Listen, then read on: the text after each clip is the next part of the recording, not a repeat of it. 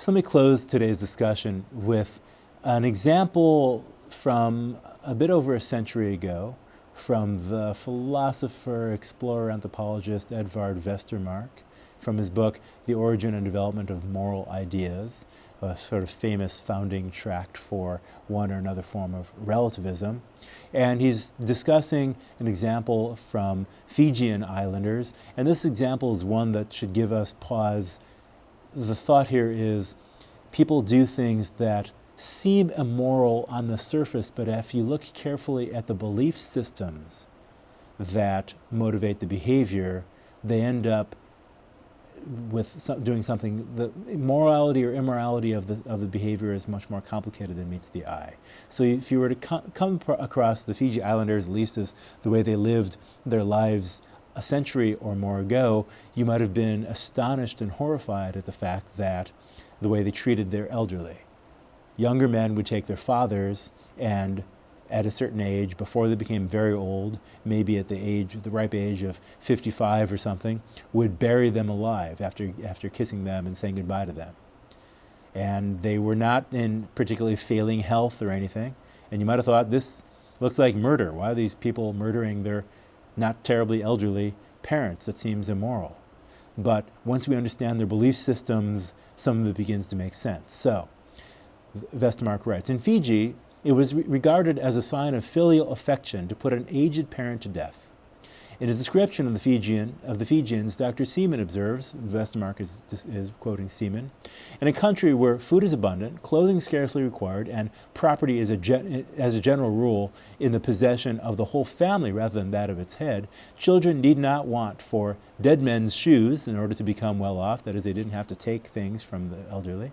And we may therefore quite believe them when declaring that it's with aching heart and at the repeated entreaties of their parents that they are induced to commit what we justly consider a crime. The ceremony is not without a touch of tragic grandeur. The son will kiss and weep over his father as he prepares him for the grave, and will exchange loving farewells with him as he heaps the earth lightly over him.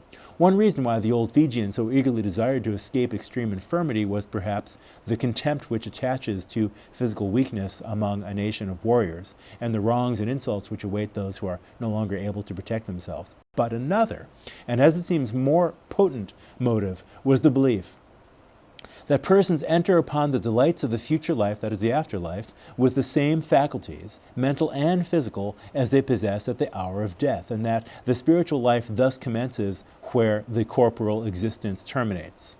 That is, according to the Fijian belief system, you go into the afterlife with your body as it is when you die. Which means that if you die at an age in which you're very infirm, which you're very frail and so forth, your afterlife is going to be pretty bad. Whereas if you die at an age in which your body is still in pretty good shape and you have sound mind and so forth, your afterlife, which perhaps for them was going to be an eternity, would be not so bad, would be tolerable. Back to the quotation, with these views, says Dr. Hale, it is natural that they should desire to pass through this change before their mental and bodily powers are so enfeebled by age as to deprive them of their capacity for enjoyment. The idea being here as follows.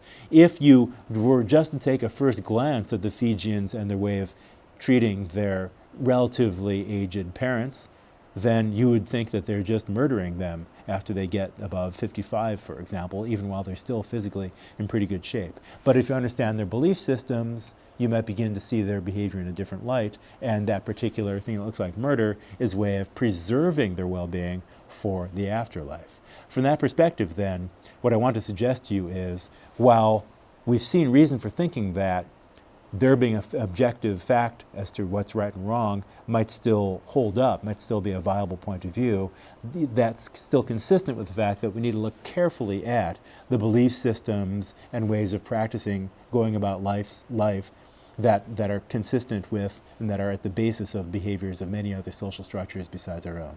Once we have those in view, we can understand a lot of behavior that on the face of it might seem bizarre and in many cases might even seem horrendous, but that at second glance, with deeper insight into how these people think about the world, will begin to make sense. That does not tell us how we should respond to an act of burying somebody alive when they're in perfectly good health, but I think should make us think twice about an initial knee-jerk or gut kind of reaction to behavior that on the face of it seems problematic.